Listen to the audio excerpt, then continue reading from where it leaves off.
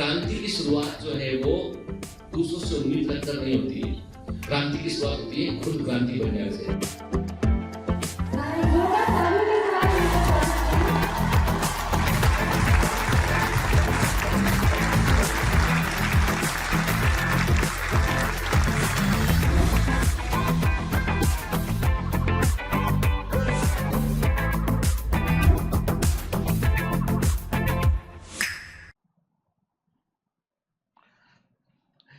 Hello commanders, welcome to Biomentors classes online. I am doctor Jitendra Singh.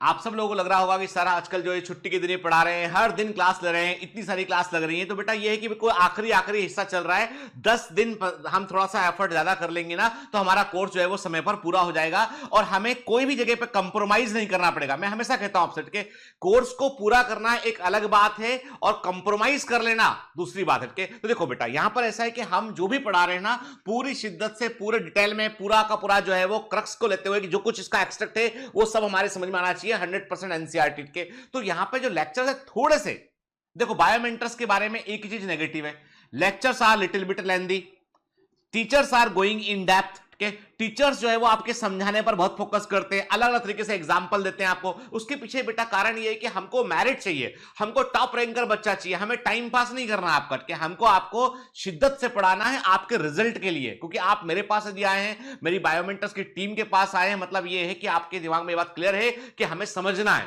ठीक है। और आपने जो भरोसा हम पर दिखाया उस भरोसे का रिस्पेक्ट हमें करना होगा, मेहनत करनी होगी, ठीक है ना। इसीलिए बेटा थोड़ा सा मुझे वक्त दीजिए, मैं सिर्फ आपसे वक्त मांगता हूं कि थोड़ा सा मुझे वक्त दे दीजिए कि ताकि, और इसीलिए आपके पिछले 2 वीक जो है वो बड़े हैक्टिक गुजरे हैं आपके। बस इसके बाद आपको उतना हैक्टिक शेड्यूल नहीं रहेगा, चिंता मत कीजिए, ठीक है। तो आज से हम एक चैप्टर और शुरू कर रहे हैं, that is the plant growth and movement. क्या तो जहां हम लोकोमोशन मूवमेंट पढ़ रहे हैं ह्यूमन फिजियोलॉजी में, यहां पे प्लांट ग्रोथ एंड डेवलपमेंट की बात करेंगे हम, ठीक है ना।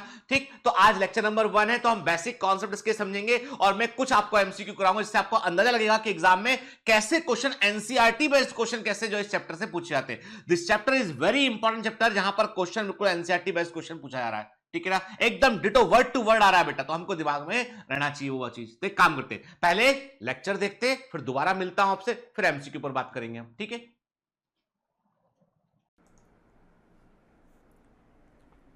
Hello commandos, welcome to Biomentors classes online. I am doctor Jitendra Singh.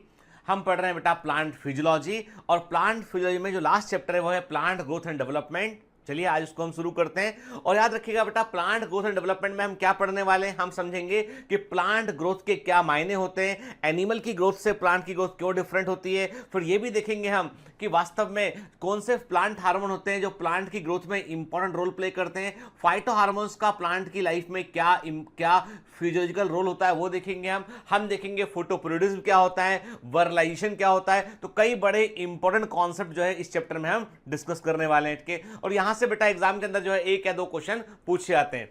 मैंने आपसे तो कहा ओवरऑल बेटा हर चैप्टर इंपॉर्टेंट है, क्योंकि देखिए एग्जाम का ट्रेंड, केवल ट्रेंड देखकर हम बहुत कुछ अंदाजा नहीं लगा सकते हैं, पर काफी कुछ जानकारी हमको मिल जाती है, पर तब भी 100% हम सही होंगे ये नहीं कह सकते हम। इसलिए हमें हर चैप्टर को तैयार करना होता है, ठीक है। याद रखिए एग्जाम को आप लॉटरी के समान मत समझिए कि इतना कर लिया तो इतना कवर हो जाएगा, नहीं। एग्जाम जो होता है वहां पर जो है असीमित संभावनाएं होती है और एग्जामिनर के पास भी असीमित पॉसिबिलिटी होती है कि आपसे कहीं से भी क्वेश्चन पूछ सकता है। इसलिए हमको तैयार रहना के विंग कमांडो, हमको हर चैप्टर को अच्छे से तैयार करना है, कहीं पे कोई कमजोरी नहीं छोड़ना है, ठीक है। चलिए तो हम आगे बढ़ते हैं बेटा चैप्टर में। हम बात करते हैं बेटा कि प्लांट में ग्रोथ का मतलब क्या होता है। देखिए 2 टर्म बड़े इंपॉर्टेंट है, पूरा हम 100% एनसीईआरटी इंक्लूड करते हुए चलेंगे बेटा, जहां जरूरत पड़ेगी वहां एनसीईआरटी से बाहर के कॉन्सेप्ट को समझने की हम कोशिश करेंगे, ठीक है। तो अभी समझिए कि पीछे लिखा वादे पढ़ना, पहले मेरी बात ध्यान सुनिए कि 2 बड़े इंपॉर्टेंट वर्ड होते हैं बेटा, एक होता है ग्रोथ, एक होता है डिफरेंशिएशन। एक होता है ग्रोथ, एक होता है डिफरेंशिएशन, ठीक है।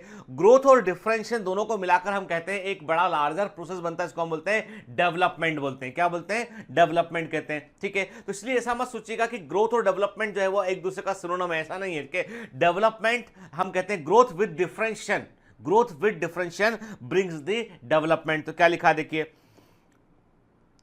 Development is the sum of 2 processes growth and differentiation, क्या याद रखिए, विकास का मतलब प्लांट लाइफ में हम डेवलपमेंट की बात कर रहे हैं, प्लांट लाइफ में आप डेवलपमेंट की बात करें, पौधे के शरीर में आप डेवलपमेंट की बात करें, तो दो प्रक्रियाओं का सम्मिश्रण होता है, दो प्रोसेस का जो है वो कॉम्बिनेशन होता है, एक होता है ग्रोथ, दूसरा होता है डिफरेंशिएशन के। याद रखिएगा ग्रोथ के भी दो बड़े इंपॉर्टेंट एस्पेक्ट होते हैं। ग्रोथ में नंबर एक, नंबर ऑफ सेल्स बढ़ सकती है या सेल का साइज बढ़ सकता है, दैट वेरी पॉसिबल के।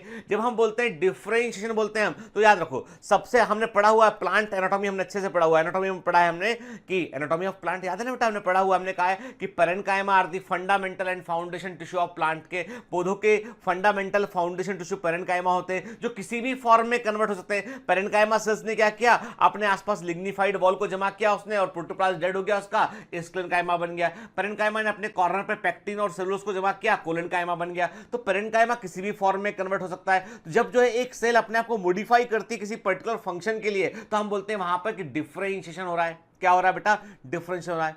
जब एक मेरिस्टेम डिवाइड किया, डिवाइड करके उसने नई सेल्स को ऐड किया, हमने कहा कि ये रूट ग्रो कर रही है या शूट ग्रो कर रहा है, मेरिस्टेम ग्रो कर रहा है। तो ग्रोथ जो होती है, ग्रोथ विथ डिफरेंशिएशन, उससे क्या बनता है, डेवलपमेंट बनता है। तो डेवलपमेंट वर्ड को याद रखिएगा बड़ा। तो एक तो बेटा पहला एमसीक्यू तो यही बन जाता है कि डिफरेंशिएशन क्या चीज, जो डेवलपमेंट क्या चीज है बेटा, तो मैंने आपसे कहा development is the sum of two process, growth and differentiation.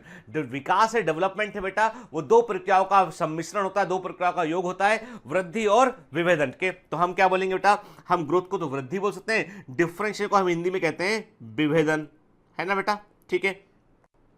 To begin with, it is essential and sufficient to know that the development of a mature plant from a zygote fertilized egg follow a precise and highly ordered succession of events के। अब थोड़ा सा समझाने की कोशिश करता हूं मैं आपको कि एनसीईआरटी क्या बोल रहा है। एनसीईआरटी सिंपल सी बात बोल रहा है, देखो बेटा सिंपल सी बात है कि male gamete female gamete fuse हुआ तो जाइगोट बना, जाइगोट में माइटोसिस हुआ तो एम्ब्रियो बन गया, एम्ब्रियो में एम्ब्रियोजेनेसिस हुआ तो अलग अलग ऑर्गन बनेंगे, फिर प्लांट ग्रो हो रखा है। याद रखिए एक जो जाइगोट से एम्ब्रियो बनता शुरू में, तो वो एक कोशिकाओं का गुच्छा होता है, एक बंच ऑफ सेल होता है, उसमें आपको लीफ नहीं दिखाई पड़ेगी, उसमें आपको रूट नहीं दिखाई पड़ेगी। लेकिन जब एम्ब्रियो ग्रो करेगा, हम बोलते हैं भाई इसमें एक ग्रोइंग पॉइंट रेडिकल है जहां से रूट निकलेगी, एक ग्रोइंग पॉइंट प्लूम्यूल है जहां से शूट निकलेगा। याद है ना, प्लांट मॉर्फोलॉजी में पढ़ा हुआ है, सब काम आ रहा है अभी, इस चैप्टर में सब काम आएगा, ठीक है। एनाटॉमी मॉर्फोलॉजी सब नॉलेज काम आएगा यहाँ पे। तो मैंने आपसे कहा कि शूट टिप और रूट टिप हमें कहाँ दिखाई पड़े, रेडिकल प्लूम्यूल में दिखाई पड़े। वो पॉइंट ग्रो किए, फिर जो है प्लांट का थोड़ा हिस्सा बाहर निकला, फिर पहली लीफ निकलेगी उसमें, ठीक है। धीमे धीमे प्लांट ग्रो किया, फिर वेजिटेटिव ग्रोथ हुआ, उसके बाद फ्लावरिंग हुआ उसमें। तो कैसे everything is very much controlled कि सबसे पहले जाइगोट से एम्ब्रियो बना, एम्ब्रियो बनने के बाद एम्ब्रियो से सीडलिंग बना, सीडलिंग में फिर ग्रो किया वो।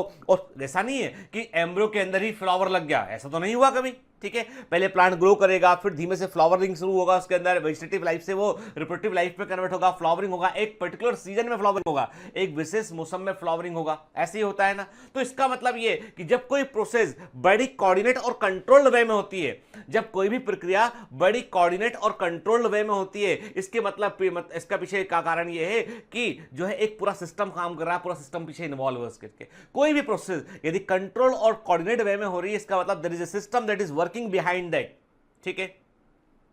जैसे आप गौर कीजिएगा कि जैसे फॉर एग्जांपल हम अपने बायोमेंटस चैनल की बात ले लें, तो बायोमेंटस चैनल का एक शेड्यूल है, आपने देखा होगा देयर इज अ शेड्यूल कि लेक्चर का एक बकायदा शेड्यूल होता है, भाई 11 बजे से लेक्चर आएगा, 12 बजे से लेक्चर आएगा, फिर एक के बाद एक लेक्चर के क्रम होते हैं, पूरा फिक्स हर दिन की। छुट्टी छोड़ दीजिए आप, संडे छोड़ दीजिए आपके, और पब्लिक हॉलीडे छोड़ दीजिए, बाकी हर दिन बायोमेंटर ने जो है वो अपना एक शेड्यूल को फॉलो किया है। टेस्ट का भी एक शेड्यूल होता है बकायदा, रिजल्ट के आने का एक शेड्यूल होता है कि आपके टाइमिंग, कस्टमर सपोर्ट जो है हम बोलेंगे इसको सपोर्ट टीम का भी एक टाइमिंग होता है। तो एवरीथिंग इज रिलेटेड क्या, एंड सब कुछ जो है वो एक सिस्टम में काम कर रहा है कि भाई आप जो है वो ऐसे कर सकते हैं इनके। तो ये जो सिस्टम यदि दिखाई पड़ता है, तो इसका मतलब ये जाहिर सी बात है, यदि आप किसी और दूसरे यूट्यूब चैनल को देख लेंगे जो नॉर्मली ब्लॉगर टाइप के चैनल होते हैं, वहां पे क्या है, रेंडमली कोई भी जब मन किया तब अपलोड कर दिया, जब मन किया तब उन्होंने रिकॉर्ड कर दिया। तो देख, क्योंकि वो सिंगल ही काम कर रहे हैं उनके, they don't have back system के, सारा कुछ खुद करना पड़ता है, खुद करने के बाद उन्होंने अपलोड कर दिया उसके। बट बायोमेंटस there is a team is working behind all this thing के। तो सिस्टम को मैनेज करना, प्रोसेसिंग करना, सब कुछ लाइन अप करना, there is a big team के दैट इज वर्किंग बिहाइंड। तो ये शो करता है कि जब आप कोई भी चीज को बिल्कुल प्रोसेस में कोऑर्डिनेट वे में देखते हैं, इसका मतलब ये है कि कोई ना कोई टीम काम कर रही है। भाई डीपीएस के आने का टाइम है, टेस्ट के लेने का टाइम है, टेस्ट के ऑन होने का, ऑफ होने का टाइम है, टेस्ट के रिजल्ट का टाइम है, मतलब there is a team, there is system working behind this, है ना। लाइक दैट ओनली कि जाइगोट से एम्ब्रियो बना, एम्ब्रियो से सीडलिंग बना, सीडलिंग जाइगोट कब कितने समय के बाद डिवाइड करना शुरू किया, there is a resting period, ठीक है। फिर एम्ब्रियो बना, एम्ब्रियो से की जो फर्स्ट लीफ कॉटलेट लीफ है वो जमीन के अंदर है या बाहर है, ये भी वो प्लांट डिसाइड करता है कि किस तरह का प्लांट है वो। फिर जो है वो सीडलिंग बना, सीडलिंग पहले ग्रो किया, फिर शुरू में कुछ पत्तियां लगी उसने, फिर ग्रो किया, रूट बनी उसकी, फिर उसके बाद क्या हुआ कि प्राइमरी ग्रोथ हुआ, फिर सेकेंडरी ग्रोथ हुआ, मतलब everything is very much controlled. Control इसका मतलब कोई ना कोई तो कोई चीज है जो कंट्रोल पूरा कुछ नियंत्रण कर रही है। अब आप बोलोगे सर वो डीएनए है, पर डीएनए काम करने के लिए कुछ ना कुछ तरीका ढूंढेगा ना, कोई केमिकल बनाएगा। तो एक्चुअली वो जो केमिकल इंट्रांसिक तरीके, जो केमिकल अंदर प्लांट बॉडी के अंदर बन रहे हैं, वो केमिकल का अपना और वही ग्रोथ को कंट्रोल कर रहे हैं और वही डिफरेंशिएशन में रोल प्ले कर रहे हैं, वो फाइटो हार्मोन से, है ना। तो हम उन सबको जब हम ये सब कुछ देखते हैं तो हमको लगता है कि कुछ ना कुछ राज छिपा हुआ है इस प्लांट की ग्रोथ में और डिफरेंशिएशन में, या हम बोले डेवलपमेंट में कोई राज छुपा हुआ है, ठीक है। तो क्या कहा मैंने आपसे, कहा कि लिखा है एनसीईआरटी में कि जाइगोट से लेकर जब एक मैच्योर प्लांट बॉडी बनती है तो एक प्रिसाइज मतलब बिल्कुल साफ स्पष्ट एक ऑर्डर में क्रम में इवेंट घटते हैं के, और जैसे मैंने आपसे कहा क्या होता है कि कोई कॉम्प्लेक्स बॉडी ऑर्गेनाइजेशन बनता है जिसमें जड़ें होती हैं, लीव्स होती है, ब्रांचेस होती हैं, फ्लावर होता है, फ्रूट बनता है, सीड बनता है और फाइनली प्लांट की डेथ भी रहती है, ठीक है। डिपेंड करता है किस वैरायटी का प्लांट है, कौन सी स्पीसीज का प्लांट। कुछ प्लांट एनुअल होते हैं, कुछ बाइनियल होते हैं, कुछ पेरिनियल प्लांट होते हैं। जो एक सीजन तक सर्वाइव करते हैं वो एनुअल प्लांट है, दो सीजन जो सर्वाइव करते हैं वो बाइनियल प्लांट है, और जो मल्टीपल सीजन सर्वाइव करते हैं वो पेरिनियल प्लांट होते हैं, ठीक है। तो हम देख सकते हैं कि जो एनसीईआरटी का ये एनसीईआरटी का ही बेटा 15.1 इमेज है।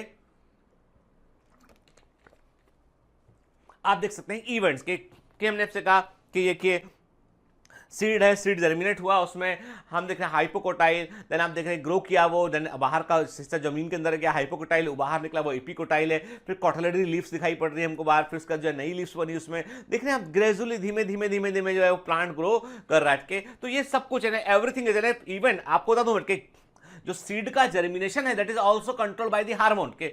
आपने गौर किया जब आप क्या करते हैं, चना आप घर में एक्सपेरिमेंट करके देखिएगा, चना लीजिएगा, ठीक है, चने को आप पानी में डुबो दीजिएगा रात को, ठीक है, डुबाया आपने, आप सुबह देखेंगे चना फूल जाएगा, उस चने को आप एक गीले कपड़े में बांध के जो है वो लटका दीजिए, कि 2 दिन बाद आप देखेंगे उसमें से अंकुर निकला है, और वही चना डब्बे के अंदर घर में जो है किचन में डब्बे में वो चना रखा हुआ उसमें अंकुर नहीं निकला। क्यों? तो जब आपने चने को पानी में भिगोया तो उसके अंदर इम्बाइबिशन हुआ, उसके अंदर ऑस्मोटिकली वाटर अंदर गया तो पूरा का पूरा प्रोटीन को वाटर मिला, हाइड्रेशन हुआ, फिर अंदर के एंजाइम एक्टिव हुए तो एंजाइम ने क्या किया, एंजाइम ने सिस्टम पूरा चालू किया और सीड को डिवीजन शुरू हुआ उसमें और छोटा सा अंकुर बन गया। हम कहते हैं ना स्प्राउटेड अनाज खाना चाहिए, तो वो क्या होता है स्प्राउटेड अनाज के वही सीड जो जर्मिनेट हो रहा है ना।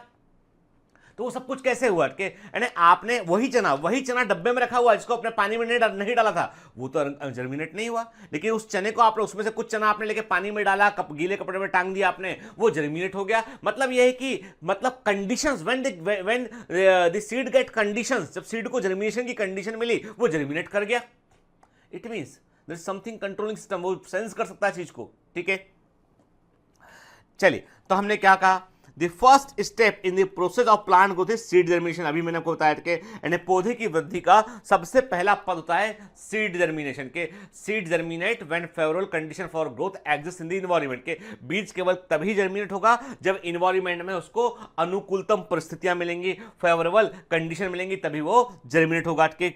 और यदि वो फेवरेबल कंडीशन नहीं मिलेंगी तो सीड जर्मिनेट नहीं होगा और वो लंबे समय तक सस्पेंडेड रहेगा, ग्रोथ में रहेगा। जैसे मैंने आपसे कहा किचन में डब्बे के अंदर चना रखा हुआ है, वो जर्मिनेट नहीं हो रहा है, लेकिन उसी चने को आप निकाल के एक बर्तन में रखकर आप पानी डाल देते हैं, उसमें रात भर गुलाते हैं, रात भर आप उसको भिगो के रखते हैं, फूल जाता है वो, फिर गीले कपड़े में टांग देते हैं, वो जर्मिनेट होता है, क्योंकि उसको हवा चाहिए, उसे हाइड्रेशन चाहिए, वाटर चाहिए, जो उसके लिए एक अनुकूलतम परिस्थिति थी वो आपने तैयार कर दी, इसलिए वो जर्मिनेट कर गया, ठीक है।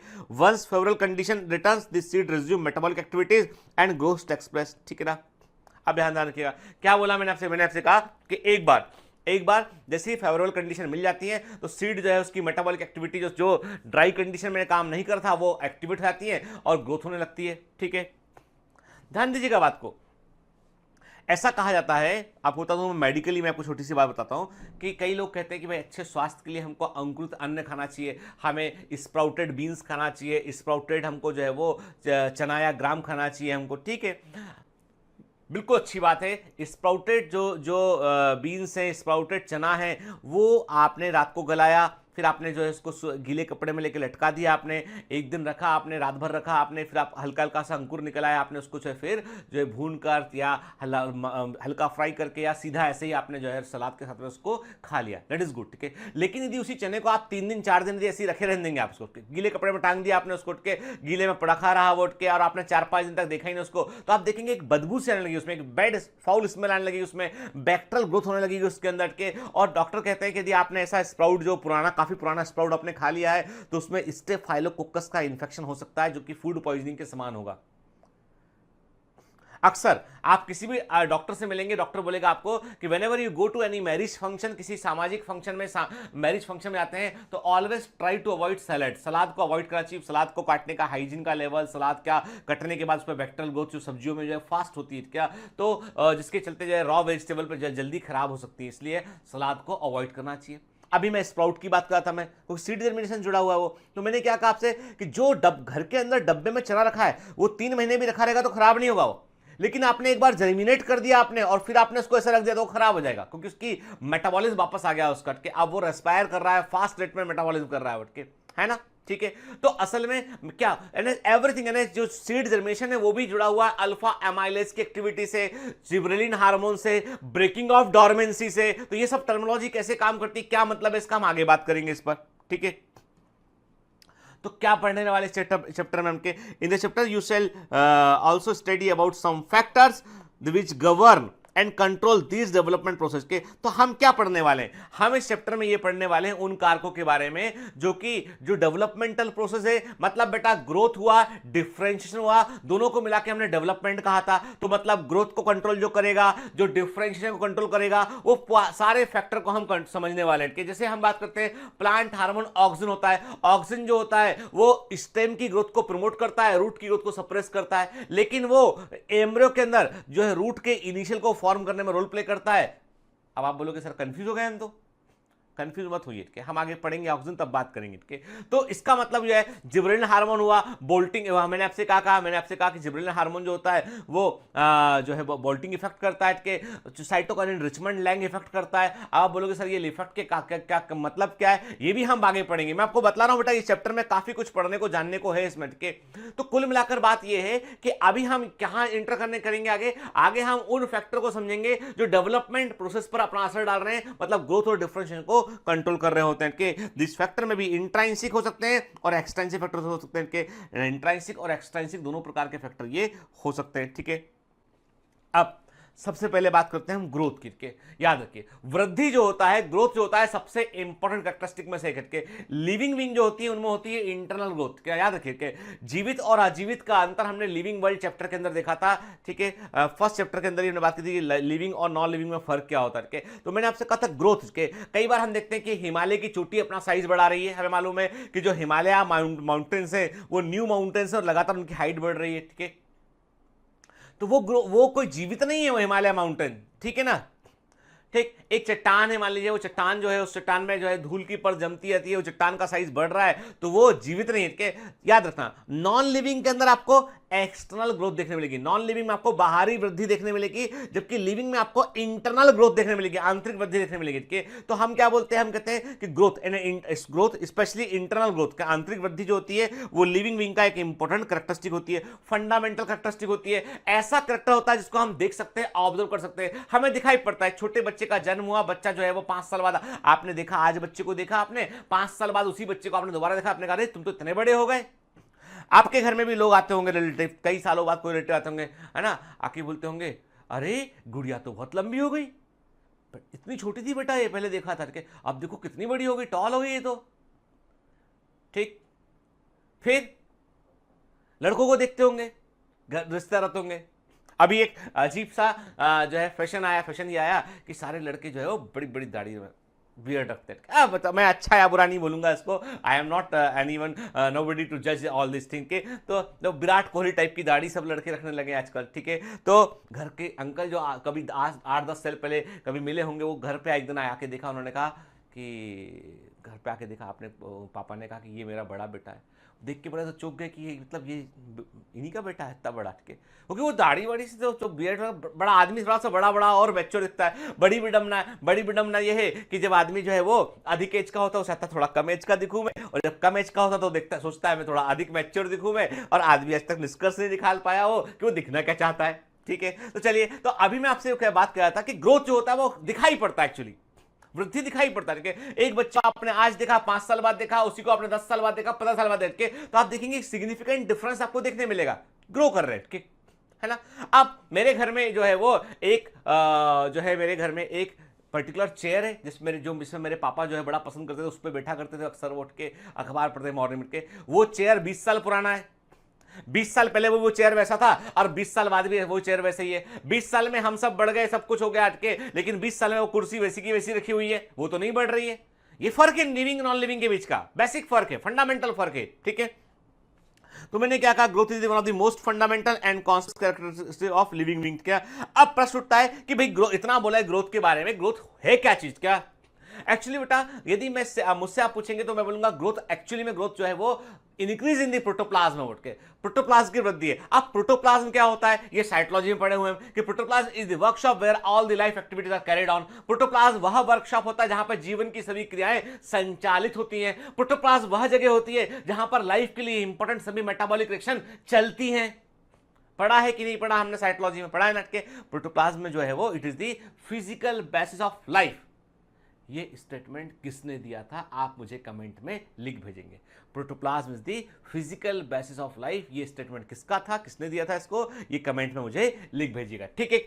हम समझ गए, हमने कहा कि प्रोटोप्लाज्म बढ़ता है मतलब living. Protoplasm is the truly alive part of the cell, ठीक है।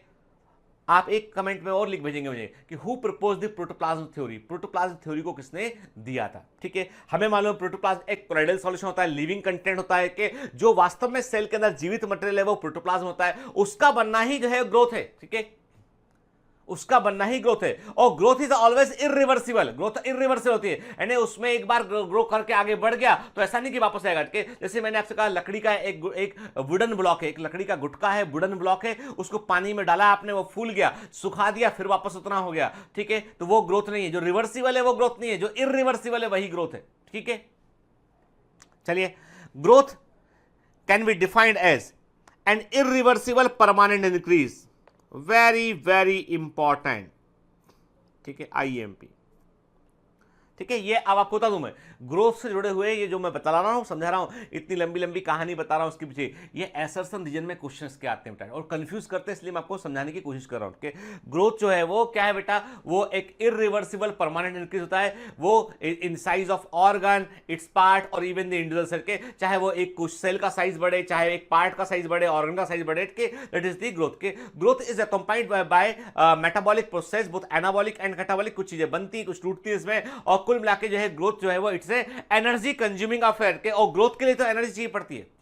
कभी गौर करना, मैं तो बिल्कुल सिंपल सा एग्जांपल लेता हूं, आप गौर करना, छोटा बच्चा होता है ना, वो थोड़ी थोड़ी देर में खाता है उठ के, ठीक, छोटा बच्चा जो होता है ना, उसको थोड़ी थोड़ी मम्मी उसकी फीड कराती है, ठीक है, ठीक। जब ब्रेस्ट फीड होता है तो वो बार बार दूध पीता है, फिर थोड़ा बड़ा होता है तो बार बार खाना खाता है वो, ठीक। कभी कभी मेरा बेटा मेरे साथ ऑफिस आता है, कभी जिससे मान लो उसका स्कूल की छुट्टी, आज तो घर पे कोई है नहीं देखने के लिए, तो वो मेरे साथ ऑफिस आता है, तो वो अपने साथ जब वो मेरे साथ ऑफिस आता है तो मालूम है मेरा तो एक टिफिन रखा के आता है, ठीक है, उसका जो है वो 4-5 टिफिन रखा के आते हैं, उसके लिए कुछ अंगूर रखा के आते हैं, कुछ उसके लिए जो एक फ्रूटोर आता है, उसके लिए कुछ पराठा आता है, कुछ उसके लिए ब्रेड तो सैंडविच आता है, ठीक है। ऐसे करके 5-6-7 टिफिन उसका आते हैं, छोटे छोटे टिफिन, ठीक है। और वो जब ऑफिस में आता है तो हर घंटे कुछ ना कुछ खोल के खा रहा होता है वो, और उसके ऊपर पापा के साथ आया है तो पापा का प्रिविलेज मिलता है उसको, तो वो बढ़िया अपना कुछ ना कुछ ऑर्डर भी करता है कि आज ये वाला चॉकलेट से वो खाना है मुझे, आज वॉफल खाना है मुझे, आज मुझे पैनकेक खाना है, आज मुझे ये खाना है वो खाना है, कि वो एड ऑन है उसके लिए। मैं कई बार सोचता हूँ कि ये इतना कैसे खा सकता है ये, ठीक है, लेकिन वो खा लेता है, और वो ठीक। अब जो है ऐसे आप देखेंगे कि जब आप जो आपकी जो एज है, अधिकांश लोग जो 17, 18, 19 साल के होते हैं ना, they have good diet, specially boys जो होता है उनका डाइट काफी अधिक बढ़ जाता है, ठीक है, ग्रोइंग फेज में होते हैं कि आप एकदम ग्रोइंग फेज में, आपका हायर मेटाबॉलिज्म बॉडी का होता है, तो यू नीड मोर के, और इस समय यदि हम प्रॉपर डाइट का ध्यान नहीं रखते हैं तो वो हमको लंबे समय में असर करता है, ठीक है। मेरी एज में प्रॉब्लम ये है कि हम जैसे जब हम जो है वो 30 प्लस के लोग होते हैं, तो जब जैसे 35 प्लस के, तो वहां पे हमने कुछ खाते हैं तो वो हमारी बॉडी में जो है हमको लगता है कि एक्स्ट्रा ही है वो, ठीक है। मतलब हमको ध्यान रखना पड़ता है क्या नहीं खाना है, ठीक है। मैं हमेशा सोचता हूँ कि ये नहीं खाऊंगा, ये भी नहीं खाऊंगा, ये भी नहीं खाना मुझे, वो भी मुझे नहीं खाना, ठीक है। और जो है वो जो यंग एडल्ट होते हैं वो सोचते हैं कि मुझे ये भी खाना है, मुझे वो भी खाना है, मुझे वो भी खाना है, मुझे वो भी खाना है, ठीक है। फर्क पड़ जाता है, ठीक है। तो एक्चुअली ग्रोथ जो होता है उसमें इट्स एनर्जी का, और क्योंकि अब मेरे लिए बात करूं मैं, तो मेरी ग्रोथ होने के बाद में अब मैं मेंटेनेंस मोड पर हूं, ठीक है। आप सब ग्रोइंग है, ठीक है, और छोटे बच्चे और अधिक ग्रोइंग है वो। तो ग्रोथ जो होता है वो ऐसा चीज है जहां पर जो है एनर्जी कंज्यूम करनी पड़ती है, एनर्जी लगती है उसमें, और फिर प्रोटोप्लाज्म का क्रिएशन होता है, चीजें बनती हैं उसमें, ठीक है। तो हमने क्या कहा, हमने कहा growth is accompanied by the metabolic process. हम प्लांट ग्रोथ की बात करें तो वहां भी सेम फंडा है भाई, कॉन्सेप्ट तो सेम है ना, ठीक है, क्योंकि प्रोटोप्लाज्म बन रहा है, ठीक है। तो वहां भी मेटाबॉलिक प्रोसेस होता है, इसमें एनाबॉलिज्म कैटाबॉलिज्म दोनों इन्वॉल्व होते हैं, इसमें एनर्जी कंज्यूम होती है इसमें, ठीक है। तो मैंने कहा छोटी सी एक लीफ थी, उसने अपना साइज बढ़ा के बड़ी लीफ बन गई, वो एक्सपांशन ऑफ लीफ हुआ, वो भी तो ग्रोथ है। रूट का बढ़ना वो भी ग्रोथ है, शूट का बढ़ना वो भी ग्रोथ है ना बेटा, ठीक। देखिए अब प्रश्न उठता है, यहां पे बड़ा फंडामेंटल क्वेश्चन आता है, plant growth generally is indeterminate, ठीक है ना। मतलब यह है कि पौधों की वृद्धि जनरली जो है वो सामान्यता असीमित होती है। तो याद रखना प्लांट और एनिमल ग्रोथ में एक फर्क है, कि हमने आपसे कहा यदि हम जब प्लांट ग्रोथ की बात करते हैं तो plant growth is localised and unlimited, ठीक है। जबकि एनिमल ग्रोथ क्या होती है बेटा, अब आप बोलोगे सर आप बीच बीच में एनिमल को लेकर क्यों आ रहे हो, क्योंकि बेटा कंपैरेटिव क्वेश्चन आता है, इसलिए मैं बीच बीच में एनिमल को लेकर आ रहा हूं यहां पे, ठीक है ना। मतलब मेरे को आपको एमसीक्यू सॉल्व करने के लायक बनाना है, ठीक है, इसलिए बीच बीच में मैं आपको जो है वो क्रॉस में एग्जांपल दे रहा हूं, ठीक है। तो प्लांट ग्रोथ होती है लोकलाइज का मतलब है the growing point are fixed, के and there are certain growing points, के सर्टेन ग्रोइंग पॉइंट्स के। जब मैं बोलता हूं प्लांट ग्रोथ जो है वो लोकलाइज्ड है, मतलब सर्टेन ग्रोइंग पॉइंट्स है। Root tip and shoot tip क्या होते हैं, वो ग्रोइंग पॉइंट होते हैं, रूट टिप होता है बेटा और शूट टिप होता है ना, जहां मेरिस्टेम पाया जाता है, पढ़ा ना एनाटॉमी में हमने, है ना। अनलिमिटेड का मतलब है जब तक वो ग्रोइंग पॉइंट रहेंगे, जब तक मेरिस्टेम प्रेजेंट रहेगा रूट टिप और शूट टिप पे, तब तक प्लांट ग्रो करता रहेगा, ठीक है ना। एनिमल में क्या होता है, एनिमल में जो है कोई स्पेसिफिक ग्रोइंग पॉइंट नहीं होता है, पूरी बॉडी एक साथ बढ़ती है, तो अनलोकलाइज हो गया, वो कोई स्थानीय जगह नहीं होती उसकी। और एनिमल में चूंकि ग्रोथ जो है वो लिमिटेड होती है, लिमिटेड, वो जीवन पूरे जीवन भर नहीं होती है, ठीक है। तो ये फर्क है इसमें। तो plant growth is generally indeterminate, के plant growth is unique because plant retain the capacity of unlimited growth throughout their life, IMP है ना बेटा, ये भी एक MCQ है, इंपॉर्टेंट, याद रखिएगा, ठीक। तो प्लांट ग्रोथ यूनिक क्यों होती है, क्योंकि ये पूरे जीवन काल में होती है, असीमित वृद्धि होती है के। और ये क्यों होती है बेटा, क्योंकि पौधों में जो है वो मेरिस्टेम पाए जाते हैं। The ability of plant is due to presence of meristem at certain location. मतलब क्या हो गया, ये ग्रोथ लोकलाइज ग्रोथ की बात की मैंने, है ना बेटा, ठीक है। ऐसे मेरिस्टेम लगातार डिवाइड करते हैं और अपनी सेल्स की संख्या को बढ़ाते हैं और ग्रोथ करवाते हैं वो, क्लियर, ठीक।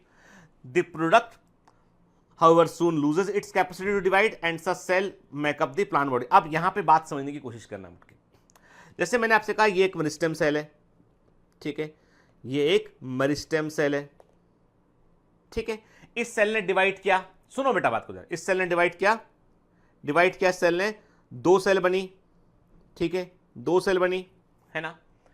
एक सेल, इन दो सेल में से एक सेल जो थी उस सेल ने अपने आप को जो है वो डिफरेंशिएट कर लिया उसने, और वो बन गई परमानेंट सेल। कलर चेंज कर दिया मैंने इसका, ठीक। ये क्या बन गई, ये बन गई परमानेंट सेल बन गई है, ठीक है। और एक सेल जो थी उसने, जो मेरिस्टेम सेल डिवाइड हो चुकी थी उसको उसने रिप्लेस कर दिया है, अब ये बन गई मेरिस्टेम सेल। समझ में आ रही है पॉइंट के, यानी मेरिस्टेम सेल डिवाइड कर रही है कि मेरिस्टेम सेल ने डिवाइड किया, डिवाइड करने पे दो सेल बनी, एक बनी मेरिस्टेम सेल और एक बनी प्रोट सेल। दो सेल में से एक सेल कन्वर्ट हो गई मेरिस्टेम सेल में, दूसरी बन गई परमानेंट सेल। परमानेंट सेल जो है वो, ठीक। अब क्या किया, मेरिस्टेम सेल ने फिर डिवाइड किया, मेरिस्टेम सेल ने फिर डिवाइड किया, सेल ने फिर डिवाइड किया, एक मेरिस्टेम सेल बनी, एक परमानेंट सेल बनी, फिर डिवाइड किया इसने, एक मेरिस्टेम सेल बनी और एक permanent cell. Permanent cell divide नहीं करती, याद रखिएगा, ठीक है। तो ऐसे क्या हुआ बेटा, ऐसे लगातार लगातार हम क्या कह रहे हैं हम कि ये लगातार परमानेंट सेल बनती चली जा रही है। इसका मतलब ये कि एक मेरिस्टेम सेल अपना को मेंटेन रखी और हर बार डिवाइड करती है, अपने आप को रिक्रिएट करती है और एक प्रोडक्ट बनाती है। क्या बनाती है वो? अपना एक प्रोडक्ट बनाती है। प्रोडक्ट क्या हो गया? उत्पाद। ये हो गया है ना, ये उत्पाद हो गया बेटा, हो गया ना, ठीक है। ये तो हमें एक मेंटेन लगा और उसने डिवाइड करती गई और नए चीज सेल्स को उसने ऐड करती गई, ठीक है ना। और जो परमानेंट सेल होती है, जो प्रोडक्ट होती है, उनमें कैपेसिटी ऑफ डिवीजन लूज कर जाता है, उनमें वो डिवाइड नहीं कर सकती है वो, ठीक है। तो इसका मतलब ये हुआ बेटा, क्या लिखा है, this form of growth where new cells are always being added to the plant body by the activity of meristem is called open form of growth. देख रहे हैं आप, हर बार मेरिस्टेम डिवाइड करता है, दो सेल्स को बनाता है, एक सेल उसके खुद के लिए होती है, खुद को रिप्लेस करती है और दूसरी सेल परमानेंट सेल में कन्वर्ट आती है। देखिए ध्यान से, तो इसका मतलब इसे बोला हमने ओपन फॉर्म ऑफ ग्रोथ बोला। मेरिस्टेम जब तक जीवित रहेगा तब तक डिवाइड करेगा, एक परमानेंट सेल को बनाएगा और एक खुद को रिप्लेस कर लेगा, वो है ना।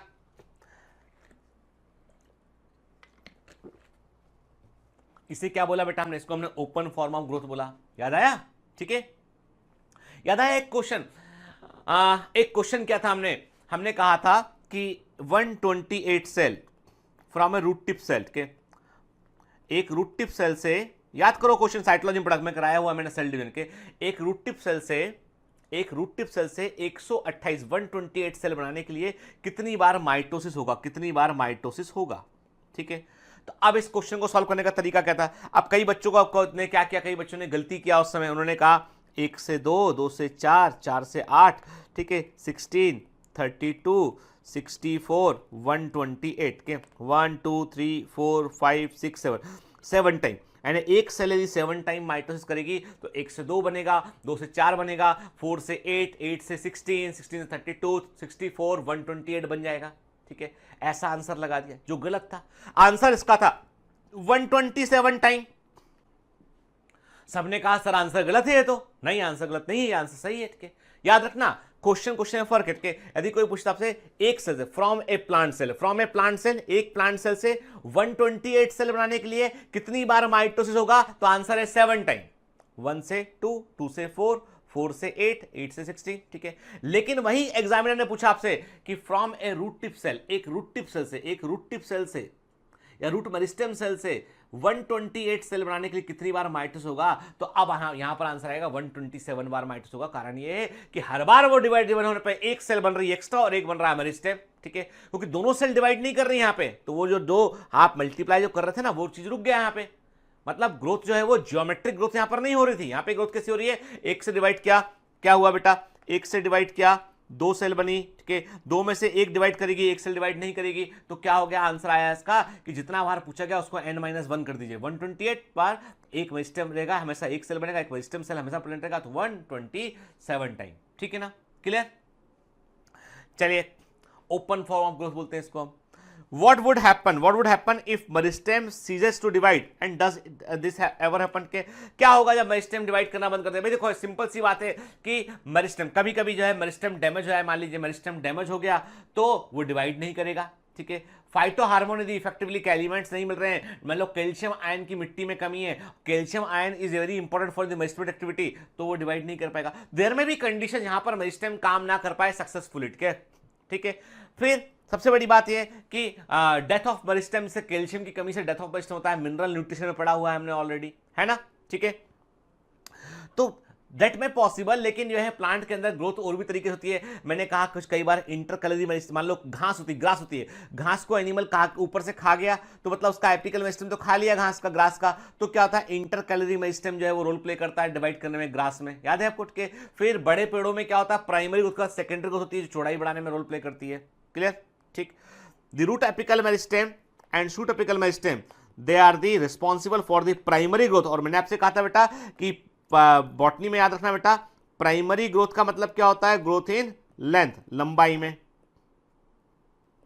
ठीक है। और सेकेंडरी ग्रोथ का मतलब क्या होता है बेटा? सेकेंडरी ग्रोथ का होता है ग्रोथ इन विड्थ, चौड़ाई में वृद्धि, सरकमफेरेंस बढ़ना, ठीक है। तो मैंने क्या कहा? पौधे की लंबाई बढ़ेगी, प्राइमरी ग्रोथ होगा, और विड्थ बढ़ेगी तो वो सेकेंडरी ग्रोथ होगा, ठीक है। तो क्या कहा मैंने? कहा आपसे कि जो रूट एपिकल मेरिस्टेम है, शूट एपिकल मेरिस्टेम है, ये प्राइमरी ग्रोथ के रिस्पॉन्सिबल होते हैं, और ये जो है वो इलॉन्गेशन करते हैं, लंबाई को बढ़ाते हैं प्लांट के। ऑलरेडी एनाटॉमी के अंदर ये पॉइंट हमने देखे थे या नहीं देखे थे, ऑलरेडी डिस्कस कर चुके हैं हम, ठीक है। फिर डाइकॉट्स में और जिम्नोस्पर्म में क्या होता है बेटा, लेटरल मेरिस्टेम होते हैं। इसमें लेटरल मेरिस्टेम क्या होते हैं, ये लेटरल पोजीशन में होते हैं। सेकेंडरी मेरिस्टेम और जो है में भी पार्टली, इसे मैंने आपसे कहा वेस्कुलर कैम्बियम जो होता है पार्टली प्राइमरी और पार्टली सेकेंडरी कैम्बियम होता है, क्योंकि इसमें फेस्टिकुलर कैम्बियम वेस्कुलर बंडल के अंदर होता है। याद है आपको ओपन टाइप वेस्कुलर बंडल और क्लोज टाइप वेस्कुलर बंडल क्या होते हैं। ये चैप्टर यदि आपने प्लांट एनाटॉमी ठीक से नहीं पढ़ा है तो ये चैप्टर समझने में दिक्कत होगी बेटा, ठीक है ना, तो पढ़ लीजिए उसको आंसर के। तो मैंने क्या बोला, मैंने आपसे कहा कि डाइकॉट और जिम्नोस्पर्म में क्या होता है बेटा, लेटरल मेरिस्टेम होता है। लेटरल मेरिस्टेम क्या होते हैं, जो लेटरल पोजीशन में होते हैं, जो सर्कमफेरेंस में होते हैं, रिंग के फॉर्म में होते हैं और पौधे की चौड़ाई बढ़ाने में रोल प्ले करते हैं। अंदर की ओर होता है वेस्कुलर कैम्बियम, बाहर की तरफ होता है कॉर्क कैम्बियम, ठीक है ना, क्लियर। कॉर्क कैम्बियम को हम फेलोजन भी कहते हैं। तो जो है वो वेस्कुलर कैम्बियम जो होता है वो डिवाइड करेगा, अंदर की ओर सेकेंडरी जाइलम ऐड करेगा, बाहर सेकेंडरी फ्लोएम ऐड करेगा। कॉर्क कैम्बियम बाहर अंदर की ओर जो है वो सेकेंडरी कॉर्टेक्स को ऐड करेगा, बाहर वो कॉर्क क्या फेलम को ऐड करेगा, ठीक है ना। तो ये जो है वो सेकेंडरी ग्रोथ के रिस्पॉन्स होते हैं, ये चौड़ाई को बढ़ाते हैं और चौड़ाई के बढ़ने को क्या बोलते हैं हम, सेकेंडरी ग्रोथ कहते हैं हम, याद रखिए करके, ठीक। तो जिम्नोस्पर्म में और हमको डाइकॉट एंजियोस्पर्म के अंदर सेकेंडरी ग्रोथ देखने मिलती है, जो वेस्कुलर कैम्बियम और कॉर्क कैम्बियम की एक्टिविटी से होती है, ठीक है। तो कुल मिला के हमें मालूम है कि there are some growing point, पौधे में कुछ ग्रोइंग पॉइंट होते हैं। तो हम फिगर 15.2 देख रहे हैं, that is very important figure for the exam point of view बेटा के। तो उसमें हम शूट एपिकल मेरिस्टेम देख रहे हैं। शूट एपिकल मेरिस्टेम डिवाइड करेगा, नीचे की तरफ सेल्स को ऐड करेगा और लंबाई लगातार बढ़ाएगा उठ के, और ये प्राइमरी ग्रोथ करेगा। वेस्कुलर कैम्बियम जो है पेरिफेरी में होगा और ये जो है पौधे की चौड़ाई बढ़ाने में रोल प्ले करेगा, ठीक है ना। और रूट में भी हमको रूट एपिकल मेरिस्टेम और वेस्कुलर कैम्बियम यहां पर देखने मिल रहा है, ठीक है बेटा, क्लियर। अब प्रश्न उठता है क्या ग्रोथ को हम मेजर कर सकते हैं, ग्रोथ इज मेजरेबल, क्या ग्रोथ मेजर कर सकते हैं। देखो सिंपल सी बात है, ग्रोथ को मेजर करने का मैं आपसे बोलूं कि कोई बच्चे की लंबाई बढ़ गई है या कोई पौधा बढ़ गया है, प्लांट बढ़ गया है, तो मैं बोलूं कि इसके अंदर इतने ग्राम प्रोटोप्लाज्म बढ़ गया है, that is practically impossible. We can not calculate the exact amount of protoplasm की कितना बढ़ गया है कितना घट गया है, ठीक है ना। घटेगा कैसे, बढ़ेगा ही बढ़ेगा, ग्रोथ में तो इरिवर्सिबल है, घट तो सकता नहीं है, बढ़ेगा ही बढ़ेगा, ठीक है। तो कुल मिलाकर बात यह कि हम क्या करते हैं, हम ग्रोथ के, देखो ग्रोथ का जो फंडामेंटल है वो तो ये कि सेल के अंदर प्रोटोप्लाज्म बढ़ रहा है, सेल का साइज बढ़ रहा है या सेल का नंबर बढ़ रहा है, लेकिन हमको बाहर उसका आउटकम या रिजल्ट दिखाई पड़ता है, बाहर हमको उसका आउटकम या रिजल्ट दिखाई पड़ता है, ठीक है। Growth at a cellular level is principally A consequence of increase in the amount of protoplasm. मैं बार बार यही बात बोल रहा हूं आपसे कि वृद्धि में वास्तव में क्या होता है बेटा, प्रोटोप्लाज्म का अमाउंट जो है वो बढ़ जाता है, ठीक है, अमाउंट ऑफ प्रोटोप्लाज्म जो है वो बढ़ जाता है, ठीक है। देखिए जो मैंने कहा वही लिखा है इसमें, since increase in protoplasm it's difficult to measure directly. अब कितना प्रोटोप्लाज्म बढ़ा है उसको सीधा कैसे मेजर करें हम, ठीक है। तो one generally measure some quantity which are more और लेस प्रोपोर्शनल टू इट के। तो अब हम क्या करते हैं, हम सिंपल सी बात है, हम इसमें उलझते नहीं है कि कितना प्रोटोप्लाज्म बढ़ गया, कितने ग्राम बढ़ा, कितने मिलीग्राम बढ़ा, कि ये सब चीजों में नहीं उलझते। हम सिंपल सा क्या करते हैं, हम ग्रोथ को नापने के लिए कुछ पैरामीटर तय कर लेते हैं, हम उन पैरामीटर से जो है ग्रोथ का पता लगा लेते हैं। जैसे कि हमने कहा कि पौधे का कितना फ्रेश वेट बढ़ गया है, कितना ड्राई वेट बढ़ गया, ठीक है।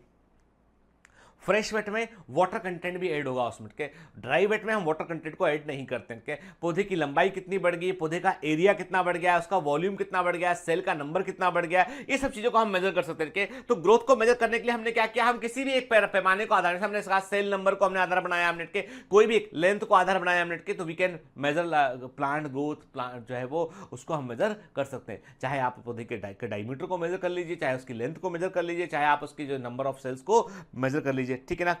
देखिए आप कुछ अच्छे एग्जांपल रखे इसमें उन्होंने एनसीईआरटी में।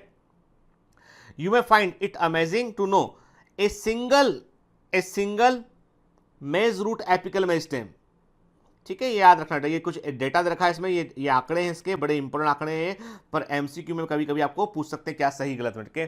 तो एक single maize root apical meristem जो है वो हर घंटे एवरी आवर 17,500 से अधिक सेल्स को प्रोड्यूस कर सकता है, ठीक है ना। अमेजिंग, मतलब बड़ा तेज बढ़ने वाला रूट। क्या हम क्या देख रहे हैं आपसे कि एक single maize root apical meristem के, मक्का की जो जड़ होती है बेटा उसका जो एपिकल मेरिस्टेम है वो एक घंटे के अंदर 17,500 से अधिक सेल्स को वो ऐड कर सकता है। और वाटरमेलन की बात करें तो वाटरमेलन की एक सेल जो होती है वो अपने साइज को 3.5 लाख गुना बड़ा कर सकती है, ठीक है। यानी एक वाटरमेलन जो होता है उसके अंदर उसकी सेल्स में वाटर अंदर इकट्ठा करेगा वो, और अपने साइज को वो जो नॉर्मल साइज से 3.5 लाख गुना अधिक साइज को वो बढ़ा सकती है।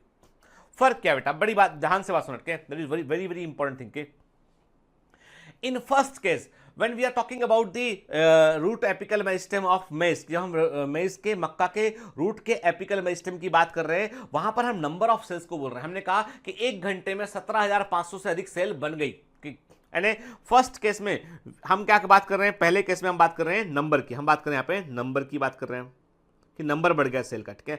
दूसरे केस में हम बात करें कि वाटरमेलन की एक सेल जो है उसने अपना साइज 3.5 लाख गुना बढ़ा दिया, 3.5 लाख टाइम वो साइज को बढ़ा दिया उसने। तो यहाँ पे बात कर रहे हैं हम जो है वो साइज के, हम बात कर रहे हैं कि सेल का साइज बढ़ गया, ठीक है। अब यहाँ पे टेक्निकल वर्ड आता हूँ के hyper trophy means increase in size के, साइज बढ़ेगा तो हम वर्ड यूज करेंगे हाइपरट्रॉफी। हाइपरट्रॉफी का मतलब है इंक्रीज इन साइज, ठीक है ना।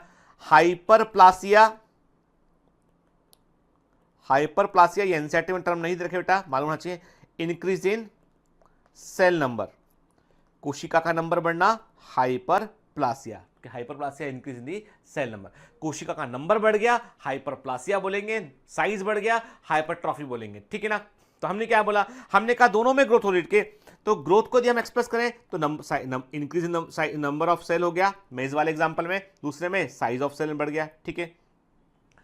पॉलन ट्यूब ग्रो कर रही है, तो पॉलन ट्यूब कैसे ग्रो करती है ये भी पढ़ा हुआ हमने, सेक्सुअल रिप्रोडक्शन और फ्लावरिंग प्लांट्स पढ़ चुके हैं चैप्टर हम के। तो पॉलन ट्यूब जर्मिनेट होती है और धीमे धीमे जो है वो कहाँ होता है बेटा, जो स्टिग्मा है, ये स्टिग्मा है, स्टाइल है, और ये ओवरी है, ओवरी के अंदर ओव्यूल है, ओव्यूल में अंदर जो है वो एम्ब्रोसेक है। पॉलन ट्यूब यहाँ पर ये पॉलन ग्रेन है, इसका पॉलन ट्यूब ग्रो किया ग्रो किया ग्रो किया और फाइनली ओव्यूल के अंदर इंटर करता है, ठीक है। तो पॉलन ट्यूब की ग्रोथ कैसी होती है, वो लेंथ में होती है, लंबाई में होती है। तो यहाँ पे हमने लेंथ की बात की, ठीक है।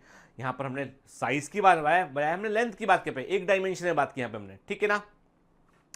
सब फिर हम बात करते हैं डॉर्सीवेंट्रल लीफ की। लीफ में क्या हुआ, लंबाई चौड़ाई दोनों बढ़ेगी तो फाइनली एरिया बढ़ेगा। लीफ में क्या बढ़ेगा, सरफेस एरिया बढ़ेगा, कि लीफ में लंबाई भी बढ़ी चौड़ाई बढ़ी तो सरफेस एरिया बढ़ गया। तो कहने का मतलब ये है कि भाई देखो, कंफ्यूज मत करना के, चाहे सेल्स का नंबर बढ़े, चाहे सेल्स का साइज बढ़े, चाहे सेल्स की लेंथ बढ़े, चाहे सरफेस एरिया बढ़े, कुछ बढ़ रहा है और इरिवर्सिबली बढ़ रहा है, that is growth, that is growth, ठीक है। अब बात करते हैं फेजेस ऑफ ग्रोथ, वृद्धि की क्या अवस्थाएं होती हैं। याद रखिएगा हम वृद्धि को या के फेजेस को हम क्या बोलते हैं, इसको हम 3 अवस्थाओं में बांटते हैं बेटा। इसको हम के पहला बोलते हैं मेरिस्टेमेटिक फेज होता है, दूसरा होता है बेटा इलोंगेशन फेज होता है, तीसरा होता है मैच्योरेशन फेज होता है, ठीक है ना। अब आप बोलोगे सर इसका मतलब क्या हुआ, इसका मतलब बड़ा सिंपल सा हटके, मैंने आपसे कहा कि हमारे पास एक सेल है, ठीक है। हमने कहा हमारे पास ये एक मेरिस्टेमेटिक सेल है, ठीक है। सेल डिवाइड की, ठीक है, सेल डिवाइड की, इसने 2 सेल बनाया, एक तो इसने अपने आप को रिप्लेस कर दिया और एक परमानेंट सेल बनाया इसने। ये क्या है, ये परमानेंट सेल है ना। ये सेल ने बनने के बाद क्या किया, अपना साइज बढ़ाया इसने, साइज बढ़ाया इसने, ठीक है। इसके बाद क्या किया इसने, किसी पर्टिकुलर स्ट्रक्चर में वो जो है वो अपने आप को उसने कन्वर्ट कर लिया, है ना। बाकी मेरिस्टेम अपना काम कर रहा है, मेरिस्टेम जो है इट्स वर्किंग ऑन, कि नहीं ये अपना काम लगातार अपना काम ये जारी रखे हुए मेरिस्टेम, ठीक है। तो क्या हुआ, देखिए मेरिस्टेमेटिक फेज में क्या हुआ, समझो बेटा, रटेंगे नहीं हम, समझेंगे हम, ठीक है ना। मेरिस्टेमेटिक फेज में क्या हुआ कि मेरिस्टेमेटिक सेल डिवाइड करके उसने परमानेंट सेल को प्रोड्यूस किया, मतलब production, the production comes into the meristematic phase. जो प्रोडक्शन था, उत्पादन था, वो मेरिस्टेमेटिक फेज में आ गया कि एक नया परमानेंट सेल बन गया। परमानेंट सेल ने बनने के बाद क्या किया, अपना साइज बढ़ाया, प्रोटोप्लाज्म को उसने बढ़ाया, अपना साइज को बढ़ाया, इलोंगेट किया उसने अपना को, तो हमने क्या कह दिया, इलोंगेशन फेज बोल दिया। जब इलोंगेट कर गया, अब उसको मालूम चला मेरा पर्पस क्या है, मुझे जाइलम ट्रैकिड में कन्वर्ट होना है, मुझे क्या काम करना है, तो उसको किसी फॉर्म में कन्वर्ट कर दिया गया, उसके अंदर कुछ पर्टिकुलर टास्क उसको असाइन कर दिया, उसके अकॉर्डिंग वो कन्वर्ट हो गया, तो उसको हम बोलेंगे मैच्योरेशन फेज बोलेंगे हम, कि किसी पर्टिकुलर काम में उसको लगा दिया गया हमने। तो मतलब मेरिस्टेम से बना, अपना साइज बढ़ाया और अपने आप को डिफरेंशिएट कर लिया, मैच्योरेशन फेज, है ना। देखिए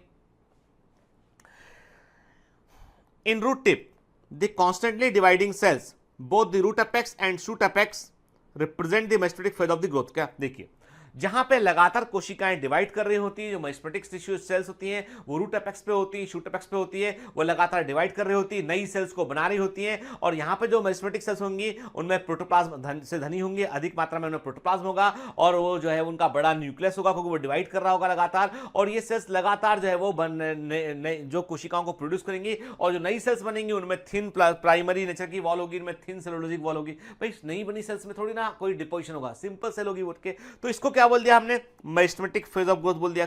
तो कुल मिला के ये जब हम बोलते हैं, जब हम वर्ड यूज करते हैं मेरिस्टेमेटिक, जब हम मेरिस्टेमेटिक फेज वर्ड यूज करते हैं, इसका मतलब हम बात कर रहे हैं फॉर्मेशन ऑफ सेल की बात कर रहे हैं, ठीक है, फॉर्मेशन ऑफ सेल्स के, हम कोशिकाओं के बनने की बात कर रहे हैं, ठीक है ना, क्लियर। फिर इसके बाद क्या हुआ, इसके बाद जब सेल्स बन चुकी होंगी बेटा, उसके बाद क्या होगा, वो कोशिका सेल अपना साइज बढ़ाएगी, अपने उसके अंदर वैक्यूल बनेगा, अपने सेल का साइज को इनलार्ज करेगी वो, उसकी वॉल में डिपोजिशन होगा वो, और अपना एक पर्टिकुलर शेप लेगी वो, क्योंकि वो तभी बनकर ही आई थी। बनने के बाद उसको जो है अपना पर्टिकुलर शेप लेना पड़ेगा, अपनी वॉल में डिपोजिशन करना पड़ेगा, वैक्यूल बनाना पड़ेगा, प्रोटोप्लाज्म की मात्रा को बढ़ाना पड़ेगा। तो हमने क्या बोल दिया इसको हमने बोल दिया फेज ऑफ इलोंगेशन, मतलब it is basically phase of growth. Phase of elongation को हमने बोला फेज ऑफ सब्सटेंशियल ग्रोथ बोलेंगे, इसको हम बोलते थे सब्सटेंशियल ग्रोथ बोल सकते हैं। हमने क्या बोला, फेज ऑफ फॉर्मेशन, हमने कहा पहले बनकर आया वो, उसके हमने क्या बोला कि सेल नई सेल बनी, उसके हमने कहा फेज ऑफ सब्सटेंशियल ग्रोथ की वो बढ़ रहा है, मतलब फेज ऑफ इलोंगेशन हो गया वो, ठीक है। इसके बाद क्या हुआ, further away from apex, apex से दूर आए हम के, more proximal to the phase of elongation, elongation के से थोड़ा दूर आए हम, कोशिका थोड़ी और पुरानी हो गई है। अब क्या होगा, अब सेल जो है वो फेज ऑफ मैच्योरेशन में जाएगा। यहाँ पे अब यहाँ पे क्या होगा कि सेल की वॉल की थिकनिंग हो चुकी होगी, उसका प्रोटोप्लाज्म मॉडिफाई कर चुका होगा और एक पर्टिकुलर टास्क उसको देने, क्या क्या टाइप का सेल है वो, पेरेन्काइमा सेल जो है वो क्या काम करने वाला है, वो कोलेनकाइमा बनने वाला है या क्लोरेनकाइमा बनने वाला है, या वो स्क्लेनकाइमा में कन्वर्ट होगा या फाइबर में कन्वर्ट होगा, किसी भी फॉर्म में कन्वर्ट हो सकता है उठ के। और इस कन्वर्जन का वक्त क्या होता है, वो होता है मैच्योरेशन फेज होता है। मतलब ये एक सेल बना, बनने के बाद उसने अपने ग्रो की साइज को बढ़ाया उसने और वो किसी फॉर्म में कन्वर्ट हो गया, ठीक है। ये जो बना था मेरिस्टेमेटिक फेज था, साइज को बढ़ाया इलोंगेशन फेज था, डिफरेंशिएट किया वो मैच्योरेशन फेज था। ये बात की ग्रोथ की हमने, क्लियर। तो बिल्कुल भी कंफ्यूज होने की कोई जरूरत नहीं बेटा कि मेरिस्टेम डिवाइड करेगा, एक सेल बनेगा, मेरिस्टेमेटिक फेज हो गया, बनने के बाद सेल अपना साइज बढ़ाएगा, इलोंगेशन फेज हो गया, और उसके बाद अपने आप को डिफरेंशिएट करेगा वो, that is maturation phase, clear. अब बात करते हैं हम ग्रोथ रेट की बात करते हैं, that is very very important बेटा के, आईएमपी है ये, एम्स में का फेवरेट है ये, अक्सर एम्स में पूछ लिया जाता है इसके ऊपर क्वेश्चन। देखो बात को समझो, the increase growth per unit time is called growth rate के। भाई किसी भी चीज का रेट निकालते हैं आप तो प्रति इकाई समय टाइम में निकालते हैं आपके, अरे रेट हमने कब से कहा ग्रोथ रेट, मतलब ये कि एक यूनिट टाइम में कितना ग्रोथ हो रहा है आपके, एक यूनिट टाइम में कितना ग्रोथ हो रहा है उसको निकालने को हम बोलते हैं ग्रोथ रेट बोलते हैं। ग्रोथ रेट का मतलब क्या है, जो है वो increase growth per unit time, एक दिए गए समय में, एक इकाई समय में कितना वृद्धि हो रहा है, एक यूनिट टाइम में कितना ग्रोथ हो रहा है, उसकी दर को, उसके रेट को हम क्या बोलते हैं, ग्रोथ रेट बोलते हैं, ठीक है। इसको हम मैथमेटिकली एक्सप्रेस कर सकते हैं। An organism or a part of organism can produce more cells in a variety of ways के। याद रखिए कि ऐसा नहीं है कि ग्रोथ जो है सब जगह प्लांट बॉडी में बराबर होती है। प्लांट बॉडी के कुछ हिस्से अधिक ग्रोथ को शो करते हैं, कुछ हिस्से कम ग्रोथ को शो करते हैं, और ग्रोथ के टाइप में भी फर्क हो सकता है, ठीक है। The growth rate shows an increase that may be arithmetic और जियोमेट्रिक। अब यहां पे एक बड़ा इंटरेस्टिंग वर्ड आया, ठीक है, that is a very very IMP के।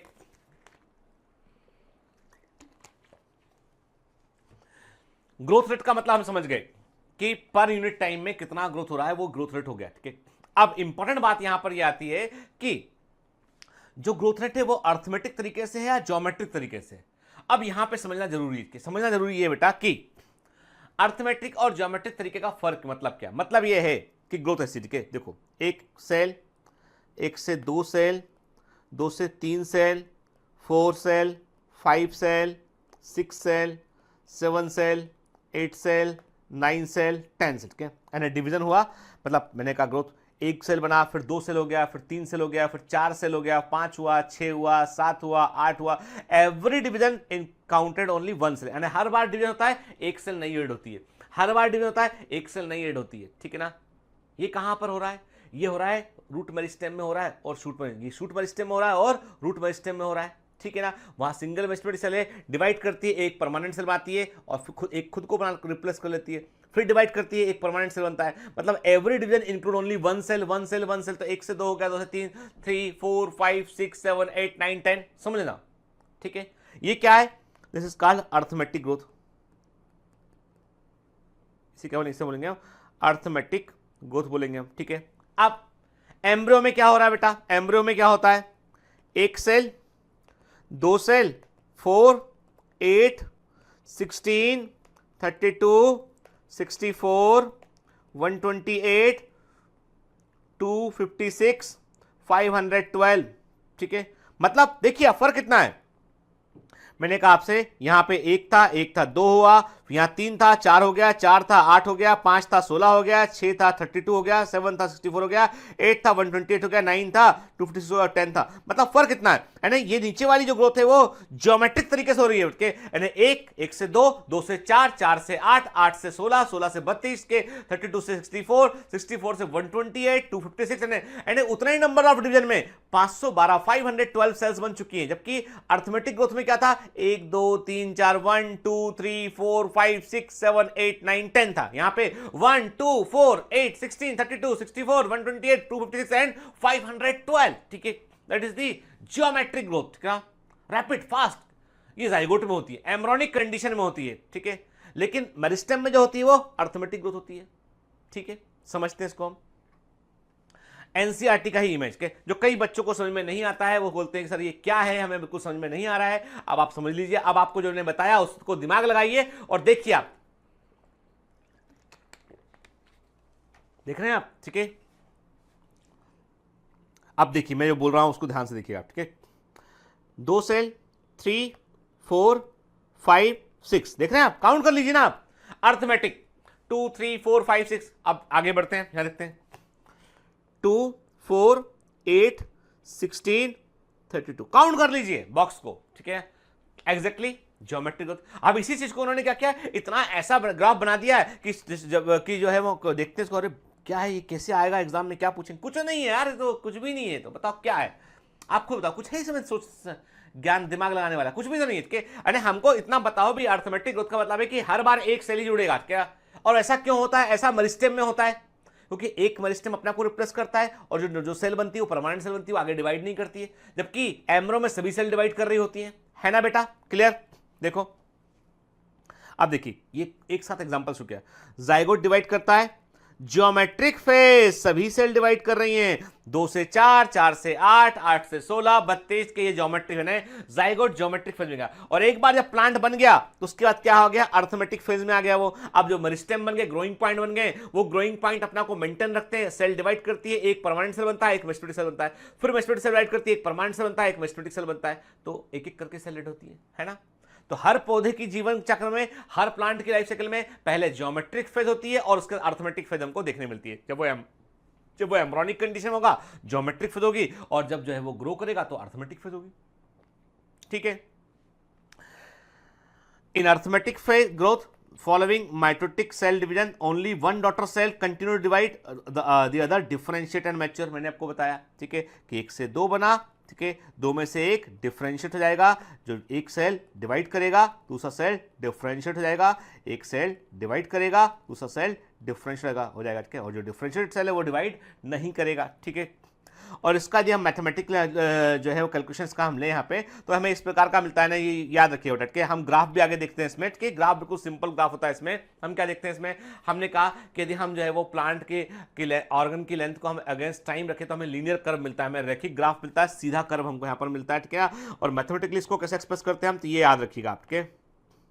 यहां पर एल टी क्या है बेटा, ये है length after T time, T क्या, लेंथ आफ्टर टी टाइम के, यानी टी टाइम के बाद लेंथ क्या वो रखा है इसमें। और एल जीरो क्या है, स्टार्टिंग बिगिनिंग में क्या लेंथ था वो था इसमें के। और यहाँ पे आर क्या है बेटा, आर है ग्रोथ रेट, आर क्या है ग्रोथ रेट है यहाँ पे, और टी क्या टाइम है, के आर ग्रोथ रेट के दिए गए समय में कितना ग्रोथ रेट होता है, तो उतना बढ़ जाएगा बट के। मैंने आपसे कहा कि जो है वो सिंपल सी बात है कि एक यूनिट टाइम में यदि जो है वो 2 सेंटीमीटर बढ़ रहा है वो, तो वो जुड़ जाएगा उसमें आंकड़ा के। तो एल जीरो क्या है, इनिशियल ग्रोथ पॉइंट जहां पर आपने देखा कि ग्रोथ नापना शुरू किया आपने। एल टी क्या है, आफ्टर टी टाइम लेंथ कितना हुआ वो मालूम, तो हमें क्या मालूम करना है, हमें फॉर्मूला है L T LO plus RT, ठीक है ना। तो ये RT क्या है बेटा, ये है time and the growth rate, ठीक है ना। तो इससे हमें ये वाला ग्रोथ मिल जाएगा इनिशियल ग्रोथ में जुड़ने पे। ग्राफ देखोगे तो सिंपल सा ग्राफ एक एक होगा ना, 1 2 3 4 5 6 7 8, तो ग्राफ बिल्कुल सीधा बनेगा ना। इस तरह के ग्राफ में कोई दिमाग लाने की जरूरत नहीं है, आपको सिंपल सा ग्राफ बनेगा इस के। आप देखिए एक एक डेटा बढ़ रहा है उसमें, एक करके इंक्रीज हो रहा है उसमें, तो सिंपल लीनियर ग्राफ मिलेगा यहाँ पे। क्लियर, ग्राफ तो सिंपल हो गया ना भाई। ये 1 2 3 4 5 6 का ग्राफ कैसा बनाओगे आप, सिंपल ग्राफ बनेगा सीधा आपका।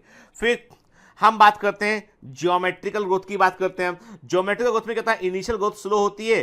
अब जैसे मैंने कहा 1 2 4 8 16 32 64 128 256 512। अब आप बोलोगे सर कैसे, देखो बेटा, पहले यहां पे पहले ही टाइम में 1 से 2 सेल बढ़ा, फिर 2 से 4 हुआ, 4 से 8 हुआ, लेकिन फिर एक ही डिवीजन में 8 से 16 हो गया, 16 से एक ही में 32 हो गया। मतलब जितना टाइम इस पूरे प्रोसेस में लगा था वो टाइम यहाँ पे जो है वो जल्दी से काम हो गया फटाफट, क्योंकि नंबर ऑफ सेल सीधा डबल हो रहा है। ठीक है, 1 से 2, 2 से 4, 4 से 8, तो हम बोलेंगे कि अब कितना हो गया 64, अगले डिवीजन में 128, अगले डिवीजन में 256, अगले डिवीजन में 512, नेक्स्ट डिवीजन में 102824, क्या अगले डिवीजन में 2048। बढ़ रहा है ना, सीधा सीधा डबल हो रहा है वो, मतलब फास्ट रैपिड ग्रोथ पे आ चुके हैं, रैपिड ग्रोथ पे आ चुके हैं। यदि हम इसका ग्राफ बनाएं, यदि हम इसका ग्राफ बनाएं तो कैसा ग्राफ बनेगा, इसका ग्राफ ऐसा बनेगा। शुरू में स्लो ग्रोथ थी, स्लो ग्रोथ फिर एकदम से रैपिड ग्रोथ हो गया, ऊपर हो गया। फिर क्या होगा, मान लीजिए न्यूट्रिशन खत्म हो गया, अब सब्सटेंस नहीं मिल रहे, ग्रोथ के लिए जो है कंडीशन प्रॉपर नहीं है, तो क्या होगा, ये सेल्स मरने लगेंगी। ठीक है, तो ग्राफ क्या होगा, सिग्मोइडल ग्राफ हो जाएगा। जे शेप कर्व कब बनता है, जब अनलिमिटेड न्यूट्रिएंट मिलेगा तब जे शेप कर्व बनता है, अदरवाइज कर्व किस होता है, सिग्मोइडल कर्व होता है। ठीक है, क्या लिखा है यहाँ पे, in most system the initial growth is slow, lag phase बोलते हैं, उसके बाद ग्रोथ रैपिड होती है, इसे हम क्या बोलते हैं, लॉग फेज या एक्सपोनेंशियल फेज बोलते हैं। बोथ द प्रोजेनी सेल्स जो है जो बनती हैं वो लगातार डिवाइड करती हैं और अपना विभाजन जारी रखती हैं। ठीक है ना, तो जब लिमिटेड चूंकि हमें मालूम है लिमिटेड न्यूट्रिएंट सप्लाई होगा, तो एक समय के बाद में ये फास्ट ग्रोथ जो है वो स्लो डाउन हो जाएगी, क्योंकि अब नई सेल्स को जो है प्रॉपर मीडियम में नॉरिशमेंट नहीं मिल पाएगा, तो वहां पर सेल्स की डेथ भी होने लगेगी। पहले ग्रोथ स्लो डाउन होगी और फिर सेल्स की डेथ होने लगेगी। तो यहां पर हम इस तरह का ग्राफ देखेंगे तो हमें सिग्मोइडल या एस शेप ग्राफ दिखाई पड़ेगा। ये ग्राफ क्या होता है, और याद रखो यही सिग्मोइडल और एस शेप ग्राफ हमने वेक्टरल ग्रोथ के अंदर भी देखा था हमने, और ये ग्राफ हम कई बार देख चुके हैं, इसको ग्राफ को हम, ठीक है, इकोलॉजी में देखा हमने, वेक्टरल ग्रोथ में देखा हमने, और ये ग्राफ इस यानी जो अब देखो इस ग्राफ को हम जे शेप कैसे मेंटेन रख सकते हैं, कंटिन्यूअस न्यूट्रिएंट सप्लाई देंगे तो ग्राफ जे शेप मेंटेन हो जाएगा। ठीक है, क्या लिखा है यहाँ पे, तो लेग फेज का मतलब इनिशियल ग्रोथ है, शुरू में स्लो ग्रोथ दिखाई पड़ रही है। लॉग फेज का मतलब है एक्सपोनेंशियल फेज या लॉग फेज, रैपिड ग्रोथ हो रही है। फिर यहाँ पे चूंकि कैरिंग कैपेसिटी होती है, अब यहाँ पर न्यूट्रिएंट जो है इसके बाद अवेलेबल नहीं है, तो यहाँ पे ग्रोथ स्लो डाउन हो जाएगा। तो ग्राफ कैसा मिलेगा हमें सिग्मोइडल ग्राफ मिलेगा, हमें एस शेप ग्राफ मिलेगा। क्लियर, ठीक है। और सिग्मोइडल जो है मैंने क्या कहा कि देख, sigmoidal curve is a characteristic of living organism growing in natural environment, के प्राकृतिक पर्यावरण में कभी भी अनलिमिटेड रिसोर्स नहीं होते, कहीं ना कोई लिमिट हो जाती है। तो नेचुरल कंडीशन में जो हमें ग्रोथ कर्व मिलता है वो सिग्मोइडल ग्रोथ कर्व मिलता है। इसके लिए सभी सेल्स के लिए, टिश्यू ऑर्गन के लिए सही होता है। ठीक है, अब मैंने कहा कि इसी हम सिग्मोइडल ग्रोथ कर्व का डेरिवेशन, मैथमेटिकल डेरिवेशन देखते हैं, तो वही बात देखो, आंकड़े थोड़ा सा यहाँ पे क्या है, यहाँ पे लॉग इन्वॉल्व है, क्योंकि यहाँ पे क्या हो रहा है, डबल हो रहा है। कि this is like a log table के मैंने आपसे कहा, से आपने कभी गौर किया, जो अर्थक्वेक होता है, अर्थक्वेक को मेजर करते हैं रिक्टर स्केल पे, मालूम है आपको, अर्थक्वेक को मेजर करते हैं रिक्टर स्केल पे, कि रिक्टर स्केल पर ये 1 लिखा है और 2 लिखा है, तो 1 से 2 जो है वो 10 टाइम का फर्क होता है इसमें, कितना 10 टाइम, लॉग स्केल 10 टाइम का फर्क होता है। 2 से 3 लिखा है इसमें, तो ये 10 टाइम का फर्क 2 और 3 के बीच में, और 1 और 3 के बीच में 10 into 10 100 टाइम का फर्क होता है। फिर रिक्टर स्केल पे 4 लिखा है, हम अर्थक्वेक नापने की बात कर रहे हैं, अभी टॉपिक से बाहर चले गए, अभी हम सुनने की कोशिश करो। कि रिक्टर स्केल पे 4 लिखा है, मतलब इसकी इंटेंसिटी 1 की तुलना में कितनी है, तो मतलब 10 into 10 into 10, मतलब 1000 टाइम ज्यादा है। एंड यदि अर्थक्वेक एक पैमाने का है और 4 रिक्टर स्केल 4 है, तो उसमें 1000 टाइम का फर्क है, और रिक्टर स्केल पर 5 है तो कितना हो गया, 10,000 टाइम का फर्क हो गया। ठीक है, समझ गए। यहाँ पे लॉग स्केल पे हम बात कर रहे हैं, मल्टीप्लिकेशन पे बात कर रहे हैं। ठीक है, तो चूंकि यहाँ पे जो एक्सपोनेंशियल ग्रोथ का जो फॉर्मूला है वो ये है बेटा, W1 क्या चीज है, इट इज फाइनल साइज के, हम final size, weight, height, number जो भी पता कर रहे हैं फाइनल साइज के। W0 क्या है, यहाँ पे इनिशियल साइज है एट द बिगिनिंग। ठीक है, और यहाँ पे R क्या चीज है, R ग्रोथ रेट है, T क्या टाइम है, और E क्या है, E जो है वो नेचुरल लॉगरिथम के, आप किस, जैसे मैंने कहा ना, रिक्टर स्केल पर हमने E का वैल्यू 10 लिया, रिक्टर स्केल पे हमने कहा कि जो नेचुरल लॉगरिथम था वो 10 वैल्यू रखे 10 से मल्टीप्लाई करेगा हर बार, ठीक है। तो यहाँ पे ई क्या होता है, नेचुरल लॉगरिथम का जो वैल्यू होता है, जो लॉग वैल्यू होता है वो ई को रिप्रेजेंट करता है, ठीक है। तो आर क्या है, आर जो है यहाँ पे रिलेटिव ग्रोथ रेट को शो करता है, ठीक है। और ये measure the ability of plant to produce new plant material और efficiency refer to as efficiency index. Hence final size किस पे डिपेंड करता है बेटा, इनिशियल साइज पे डिपेंड करता है। देखो क्या बोल रहा है आपसे, वो कह रहा है आपसे कि असल में यहाँ पे जो आर जो ग्रोथ रेट है वो रिलेटिव ग्रोथ रेट को शो कर रहा है, कंपैरेटिव ग्रोथ रेट को शो कर रहा है, ठीक है। और ये न्यू प्लांट मटेरियल को बनाने की इफिशिएंसी को शो करता है, इसलिए इसको हम इफिशिएंसी इंडेक्स भी बोलते हैं इस चीज को हम, ठीक है। और W1 का फाइनल साइज डिपेंड करता है कि इनिशियल साइज कितना रखे, यानी कहां से हमने शुरुआत की, शुरुआत बिगिनिंग पॉइंट क्या था, ठीक। इसका मतलब यह हुआ कि हमें दो चीजों को समझना पड़ेगा। यहाँ पे हमें समझना पड़ेगा एब्सोल्यूट ग्रोथ रेट और रिलेटिव ग्रोथ रेट में क्या फर्क है, एब्सोल्यूट ग्रोथ क्या होता है और रिलेटिव ग्रोथ क्या होता है, चलो उसको देखते हैं हम, ठीक है। मतलब ये है कि जब तक हमको ये फॉर्मूला पूरा समझ में नहीं आएगा, जब तक हम एब्सोल्यूट ग्रोथ रेट और रिलेटिव ग्रोथ रेट की बात ना करें, क्योंकि यहां पर जो है वो W1 जो है इस बात पर डिपेंड कर रहा था कि W0 का साइज क्या था, ठीक है, ठीक। Quantitative comparison between growth of living system can be made in two way, दो तरीके से कर सकते हैं। एक होता है एब्सोल्यूट ग्रोथ रेट, दूसरा होता है रिलेटिव ग्रोथ रेट के। एब्सोल्यूट ग्रोथ रेट का मतलब होता है बेटा कि एक साइज जो बड़ा है वो कितना बड़ा है, आप बिल्कुल एब्सोल्यूट टर्म में बात कर रहे हैं कि 5 सेंटीमीटर बड़ा है, तो आप किसी से कंपेयर नहीं कर रहे हैं, आप केवल उस एक सिंगल डेटा पे बात कर रहे हैं कि आप क्या बात कर रहे हैं, आप जो है वो measurement and comparison of total growth per unit time के, यानी एक दिए गए समय में आप जो है वो ग्रोथ का कंपैरिजन कर रहे हैं, ग्रोथ को देख रहे हैं कि एक दिए गए टाइम में कितना साइज ग्रोथ हुआ है, कितना ग्रोथ हुआ है, उसकी बात करें के, ठीक है। यहां पर हम एब्सोल्यूट टर्म में बात करें, केवल ग्रोथ को ही हम यहां पर शामिल कर रहे हैं, लेकिन जब क्या करते हैं growth of A given system per unit time express in common basis के, हम क्या कर रहे हैं, एक कॉमन बेसिस ले लिया हमने, हम एक किसी चीज से कंपेयर कर रहे हैं, किसी चीज से कंपेयर कर रहे हैं और हम बोल रहे हैं इसकी तुलना में कितना ग्रोथ हुआ है, एक पर्टिकुलर दिए गए आंकड़े से, कोई डेटा हमारे पास है, कोई आंकड़ा हमारे पास है, उस डेटा से हम कंपेयर कर रहे हैं, तो उसको हम बोलेंगे कि रिलेटिव ग्रोथ, क्योंकि यहाँ पे हम रिलेशनशिप स्टेब्लिश कर रहे हैं एक कॉमन बेसिस पे एक दिए गए आंकड़े पे। यहां पे क्या था, दिस इज दी इंडिपेंडेंट, जो ये इंडिपेंडेंट है, देखिए जो एब्सोल्यूट ग्रोथ रेट है उसमें केवल ग्रोथ की बात कर रहे हैं, किसी से कंपैरिजन नहीं कर रहे उसका, के यहां पर क्या कर रहे हैं हम, यहां पे हम एक दिए गए आंकड़े से उसको कंपेयर कर रहे हैं, यहां पे ये रिलेटिव होगा कि ये इंडिपेंडेंट नहीं होगा, ठीक है। फॉर एग्जांपल बड़ा अच्छा एग्जांपल रखा है एनसीईआरटी में, इस इमेज को आपके फिगर 15.7 है, ठीक है। इसमें क्या देखा बेटा उन्होंने, गौर से देखिएगा, ठीक है। पहला लीफ फर्स्ट और लीफ सेकंड को ध्यान से देखिएगा आपके। लीफ फर्स्ट में 5 सेंटीमीटर स्क्वायर का लीफ था, ग्रो किया वो और सरफेस एरिया उसका 10 सेंटीमीटर स्क्वायर हो गया। मतलब ये है कि इस लीफ ने अपना साइज डबल कर लिया, इस लीफ ने अपना साइज डबल कर लिया। मतलब ग्रोथ कितनी हुई, 100% ग्रोथ हो गई, यहां पे हो गई, सुनना बात ध्यान से, ठीक है। साइज कितना बड़ा इसका, 5 सेंटीमीटर स्क्वायर इसका साइज बढ़ गया और पहले की तुलना में बढ़ गया, यानी इंक्रीज कितना हुआ, 5 सेंटीमीटर स्क्वायर साइज का इंक्रीज हुआ, क्लियर। अब दूसरी तरफ हम आते हैं,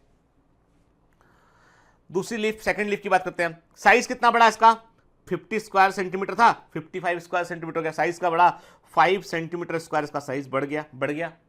अब कितना परसेंट ग्रोथ हुआ इसमें, तो पहले 50 था, 55 हुआ, मतलब 10% के, यानी 10% जो है वो लीफ ग्रो की, 10% ग्रो की लीफ, है ना, 10% ग्रो की, मतलब लीफ जो है वो डबल नहीं हुई लीफ।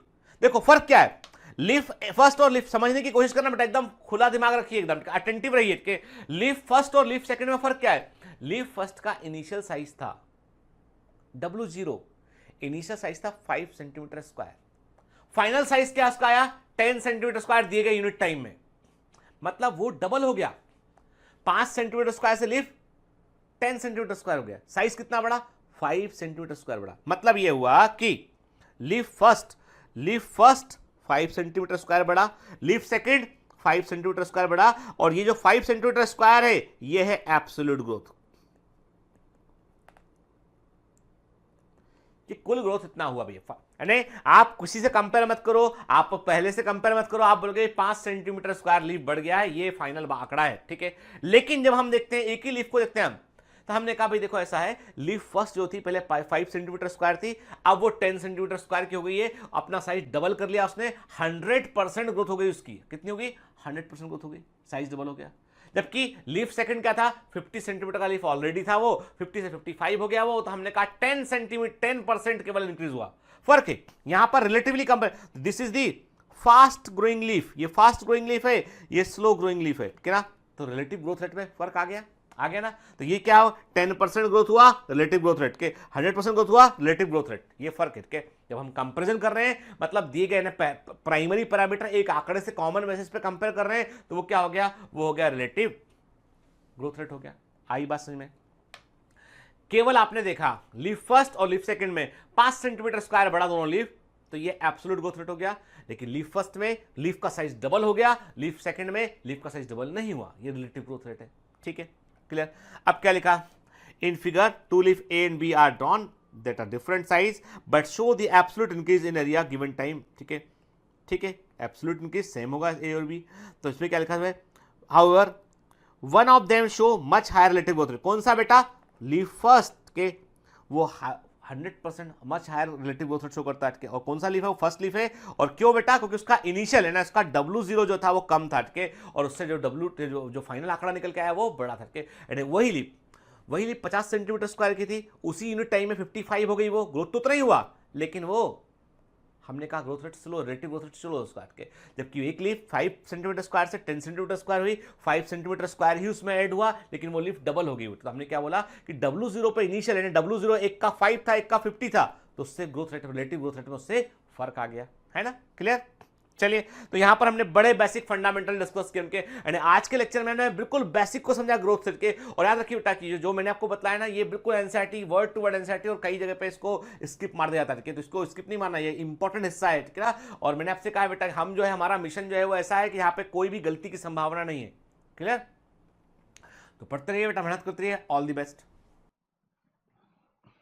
चलिए, तो अब हम देखेंगे प्लांट ग्रोथ एंड डेवलपमेंट पर किस तरह के एमसीक्यू एग्जामिनर जो है पूछता है, और कैसे एमसीक्यू एनसीईआरटी पर जो है वो फ्रेम होते हैं। ठीक है, इमेज बेटा एग्जाम में पूछे गए इस हिस्से से। ठीक है, देखो हम फर्स्ट एमसीक्यू देखते हैं। यहाँ पे पहला एमसीक्यू आपके सामने देखिए। ठीक है, 2 plants are fixed in 2 clinostat। अब आपको पता होना चाहिए कि what is the clinostat. Clinostat क्या है, 2 पौधों को हमने क्लिनोस्टेट में फिक्स किया है, हॉरिजॉन्टल पोजीशन में रखा है, और क्लिनोस्टेट ए को हमने रोटेट किया है और क्लिनोस्टेट बी को हमने रोटेट नहीं किया है, तो क्या होगा सोचिए। के अब इस क्वेश्चन का आंसर मैं नहीं करूंगा, अभी मैं आंसर नहीं करूंगा। के इस वाले हिस्से में अभी मैं आंसर नहीं करूंगा, आपको मैं क्वेश्चन देकर छोड़ रहा हूं, और आपको क्या करना है, आपको ढूंढना है इसका उत्तर, एनसीईआरटी में ढूंढना है।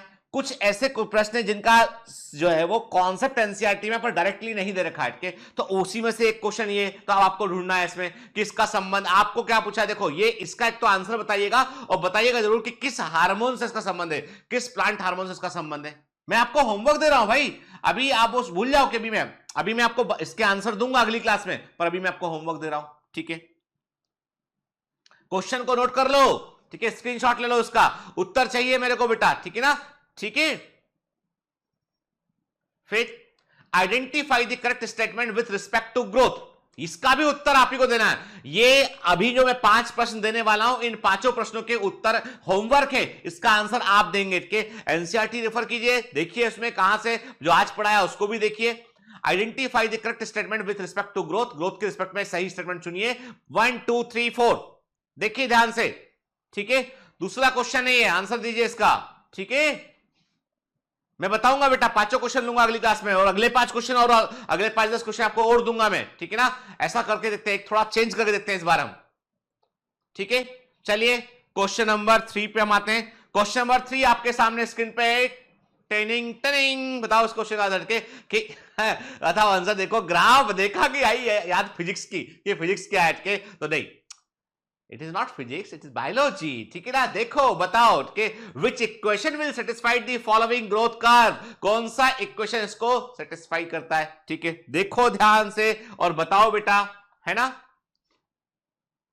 Question number 4, which phenomena is exhibited by the following diagram. Diagram दिए गए हैं, इनके बताइए कि ये कौन सी फिनोमिना को शो करते हैं। कि आप ऑप्शन गौर से देखिए, एनसीईआरटी, एनसीईआरटी और एनसीईआरटी, समझ गए ना? ठीक है, एक हिंट दे दिया मैंने आपको, समझ गए? ठीक है, नेक्स्ट क्वेश्चन आपके सामने, the measure of the ability of the plant to produce new plant material is referred. This is not from NCERT but it is important question, asked in JIPMER, asked in AIIMS. क्या ये AIIMS में पूछा गया है, जिपमर में पूछा गया है, इंपॉर्टेंट प्रीवियस ईयर क्वेश्चन है। तो आप देखिए उसका आंसर बताइए मुझे, के क्या आंसर इसका आपको बताना है। पहले अपना थोड़ा मेहनत करते कीजिए, फिर हम बात करेंगे आपसे, है ना बेटा?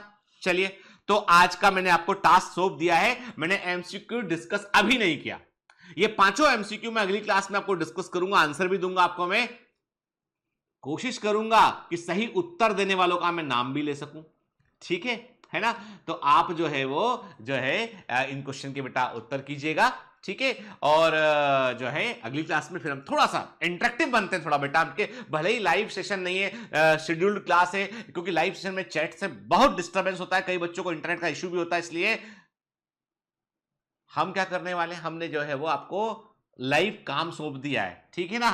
काम करके दीजिए मेरे को, ठीक है बेटा। तो चलिए, है ना। और देखो, पढ़ने में इंटरेस्ट लूज नहीं करना है, थोड़ा सा हमको हिम्मत रखना बेटा। देखो सिंपल सी बात है, व्हाई बायोमेंटर्स इज नोन, क्यों बायोमेंटर फेमस है, अपनी क्वालिटी ऑफ वर्क के लिए।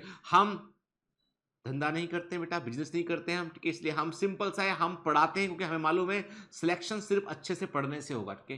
तो बेटा इसलिए प्लीज ना हमको थोड़ा वक्त दीजिए। और आप देखो, फिजिक्स पूरा हो चुका है, ठीक है, केमिस्ट्री पूरा हो चुका है, सिर्फ बायोलॉजी बचा, क्योंकि सिलेबस बड़ा है, ठीक है।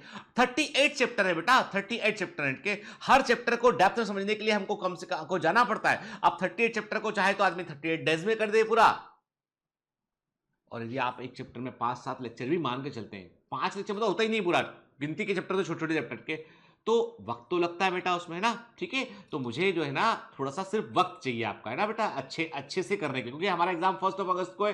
फोड़ के आना है हमको, क्या करना है हमको, मतलब मेरे को AIR 1 से 10 के बीच में बायोमेंटर से कमांडोज दिखना चाहिए बेटा, समझ गए ना, क्लियर। तो चलिए पढ़ते रहिए बेटा, मेहनत करते रहिए, ऑल द बेस्ट।